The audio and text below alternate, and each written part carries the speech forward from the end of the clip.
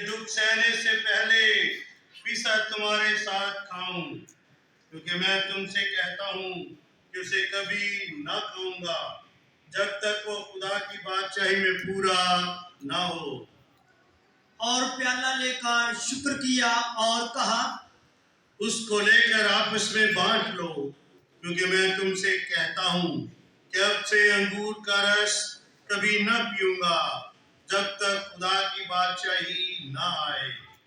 پھر روٹی لی اور شکر کر کے توڑی اور یہ کہہ کر انہیں دی، یہ میرا بدن ہے جو تمہارے واسطے دیا جاتا ہے، میری یادگاری کے واسطے یہی کیا کرو۔ اور اسی طرح کھانے کے بعد یہ کہہ کر پیالہ بھی دیا، یہ پیالہ میرے اس خون میں نیا عہد ہے جو تمہارے واسطے بہایا جاتا ہے۔ اگر دیکھو جو مجھے گرفتار کرواتا ہے اس کا ہاتھ میرے دسترخوان پر ہے، کیونکہ ایک نئی انسان تو جیسا اس کے واسطے مقرر ہے جاتا ہی ہے، مگر اس شخص پر افسوس جس کے وسیلے سے وہ گرفتار کیا جاتا ہے۔ اس پر وہ آپس میں پوچھنے لگے کہ ہم میں سے کون ہے جو یہ کرنے کو ہے؟ اور ان میں یہ تکرار بھی ہوئی کہ ہم میں سے کون بڑا سمجھا جائے؟ اور اس نے ان سے کہا، غیر قوموں پر ان کے بادشاہ حکومت کرتے ہیں اور جو ان پر اختیار رکھتے ہیں وہ موسم کہلاتے ہیں، مگر تم ایسے نہ ہو، بلکہ جو تم میں بڑا ہے وہ چھوٹے کی مانند اور سردار خادم کی مانند بنے، کیونکہ بڑا کون ہے، وہ جو کھانا کھانے بیٹھا ہے یا وہ جو خدمت کرتا ہے؟ کیا وہ نہیں جو کھانا کھانے بیٹھتا ہے؟ لیکن میں تمہارے درمیان خدمت کرنے والے کی مانند ہوں۔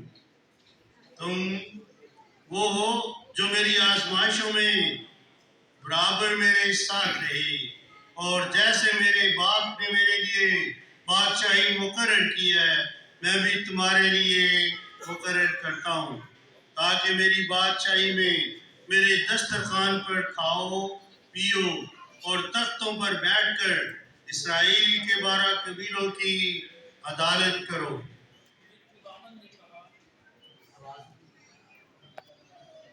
پھر خداوند نے کہا، شمعون شمعون، دیکھ شیطان نے تمہیں طلب کیا تاکہ گندم کی طرح پھٹکے، لیکن میں نے تیرے لیے دعا کی کہ تیرا ایمان جاتا نہ رہے، اور جب تو رجوع کرے تو اپنے بھائیوں کو مضبوط کرنا۔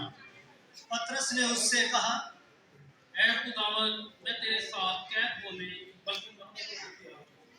مگر یسوع نے کہا، اے پطرس، میں تجھ سے سچ کہتا ہوں کہ آج مرغ بانگ نہ دے گا جب تک وہ 3 مرتبہ میرا انکار نہ کرے کہ میں اسے نہیں جانتا۔ اور اس نے ان سے کہا، جب میں نے تمہیں بٹوے اور تھیلی اور جوتوں کے بغیر بھیجا تھا، کیا تمہیں کسی چیز کی کمی رہی تھی؟ انہوں نے کہا، کسی چیز کی نہیں۔ اس نے ان سے کہا، مگر اب جس کے پاس بٹوا ہو وہ اسے لے، اور اسی طرح تھیلی بھی، اور جس کے پاس تلوار نہ ہو وہ اپنا چوگا بیچ کر خریدے، کیونکہ میں تم سے کہتا ہوں کہ یہ نوشتہ میرے حلق میں پورا ہوا۔ واجب ہے کہ وہ بد کرداروں کے ساتھ شمار کیا گیا، اس لیے کہ مجھ سے نسبت رکھنے والی بات انجام تک پہنچنے والی ہے۔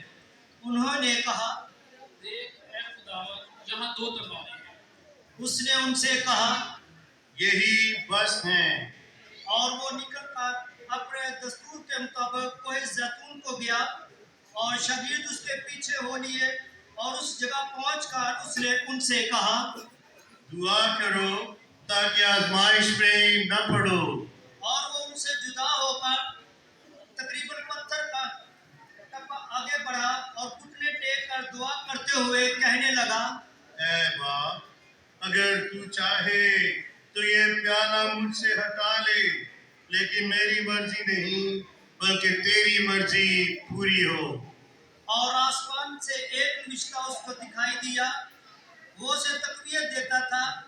پھر وہ جان کنی کی حالت میں اور بھی سرگرمی سے دعا کرنے لگا، اور اس کا خون پسینہ کی موٹی موٹی بوندوں کی مانند ہو کر زمین پر ٹپکتا تھا۔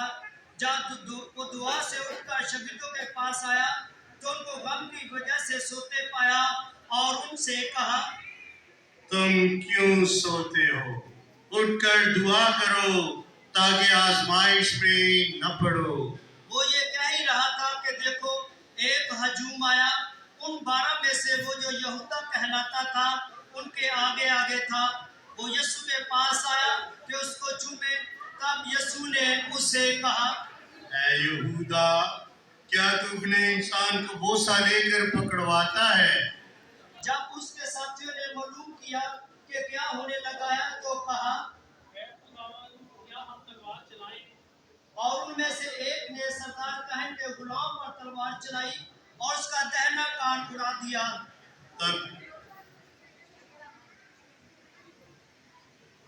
تب یسوع نے جواب میں کہا، بس اتنا ہی کافی ہے۔ اور اس کے کان کو چھو کر بحال کیا۔ پھر یسوع نے سردار کہنوں اور ہیکل کے سرداروں اور بزرگوں سے جو کہ مسیح پر چڑھ آئے تھے کہا، تم گویا مجھے ڈاکو پکڑنے کو تلواریں اور لاٹھیاں لے کر نکلے ہو۔ میں ہر روز ہیکل میں تمہارے ساتھ تھا اور تم نے مجھ پر ہاتھ نہ ڈالا، لیکن یہ تمہاری گھڑی اور تاریکی کا اختیار ہے۔ پھر اس کو گرفتار کر کے لے چلے اور سردار کہن کے گھر میں لے گئے، اور پھر پترس فاصلے پر اس کے پیچھے پیچھے جاتا تھا۔ اور جب انہوں نے سین کے بیچ میں آگ جلائی اور چوگرد بیٹھے تو پترس ان کے بیچ میں بیٹھ گیا۔ ایک لونڈی نے اسے آگ کی روشنی میں بیٹھا ہوا دیکھ کر اس پر خوب نگاہ کی اور کہا، یہ بھی اس کے ساتھ تھا۔ مگر اس نے انکار کر کے کہا، نہیں، میں نہیں جانتا۔ تھوڑی دیر بعد کسی اور نے اسے دیکھ کر کہا، تو بھی انہی میں سے ہے۔ مگر پترس نے کہا، دنیا میں نہیں ہوئی۔ تقریباً 1 گھنٹے کے بعد کسی اور نے یقینی طور سے کہا، بے شک یہ آدمی اس کے ساتھ تھا کیونکہ جلیلی ہے۔ پترس نے کہا، دنیا میں نہیں جانتا کہ تو کیا کہتا ہے۔ اسی دم جب وہ یہ کہہ ہی رہا تھا مرغ نے بانگ دی۔ تب خداوند نے مڑ کر پترس پر نگاہ کی، اور پترس کو خداوند کی وہ بات یاد آئی جو اس نے کہی تھی کہ آج مرغ کے بانگ دینے سے پہلے تو 3 بار میرا انکار کرے گا۔ اور وہ باہر جا کر زاروں زار رویا۔ اور جو آدمی اسے گرفتار کیے ہوئے تھے اس کو ڈنڈوں میں اڑاتے اور اسے مارتے تھے، اور اس کی آنکھیں بند کر کے اس کے منہ پر تماچے مارتے تھے، اور اس سے یہ کہہ کر پوچھتے تھے، نبوت سے بتا کہ کس نے تجھ کو مارا۔ اور تانے مار مار کر بہت سی اور باتیں اس کے خلاف کہی۔ اور جب دن ہوا تو قوم کے بزرگ یعنی سردار کہن اور فقی جمع ہوئے اور اسے اپنی عدالت عالیہ میں لائے اور کہا، اگر تو المسیح ہے تو ہم سے کہہ دے۔ اس نے ان سے کہا، اگر میں تم سے کہوں تو یقین نہ کرو گے، اگر پوچھوں تو جواب نہ دو گے، مگر اب سے ابن انسان خدائے قادر کی دائیں طرف بیٹھا رہے گا۔ اس پر ان سب نے ان سے کہا، اور کیا تو خدا کا بیٹا ہے؟ اس نے ان سے کہا، تم خود ہی کہتے ہو کیونکہ میں ہوں۔ تب انہوں نے کہا، اب ہمیں گواہی کی ضرورت ہے کیونکہ ہم نے خود اسی کے منہ سے سن لیا ہے۔ انجیل پاک کے وسیلہ سے ہمارے گناہ معاف کیے جائیں۔